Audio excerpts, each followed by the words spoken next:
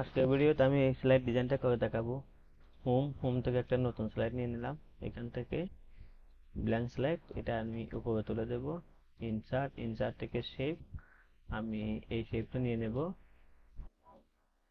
এখান থেকে no outline, আমি একটু এতটুকু করলাম, একটু ছোট করলাম।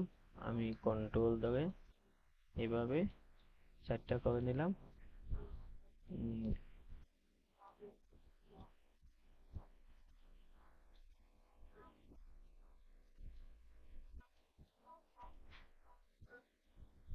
ফার্স্ট সবগুলো সিলেক্ট করে আমি এখান থেকে জাস্ট এতটুকু টপ অ্যালাইনে ক্লিক করব, একটু নিচে নিয়ে আসবো, এই বৃত্তটা নিলাম, এভাবে আঁকলাম। এখান থেকে নো আউটলাইন, একটু ডিফারেন্ট কালারটা দিয়ে দিলাম।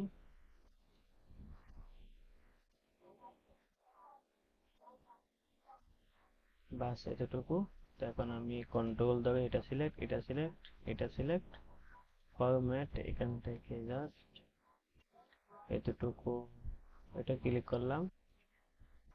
এখন আমি এটা ডিলেট, এটা সিলেক্ট, এটা সিলেক্ট, এটা সিলেক্ট, এটা সিলেক্ট, এখান থেকে রেডে ক্লিক করব। এখান থেকে নো আউটলাইন, এখান থেকে জাস্ট আমি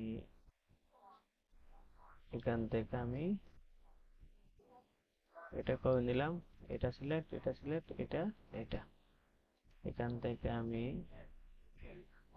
এতটুকু করে নিলাম। এখান থেকে জাস্ট এটা, এখান থেকে এতটুকু করে নিলাম।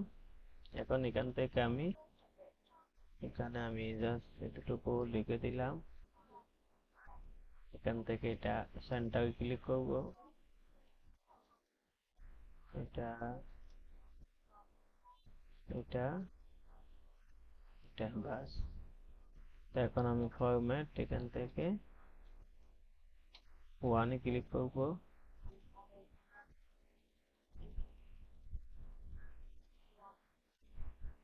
এখান থেকে হোয়াইট, এখান থেকে টু,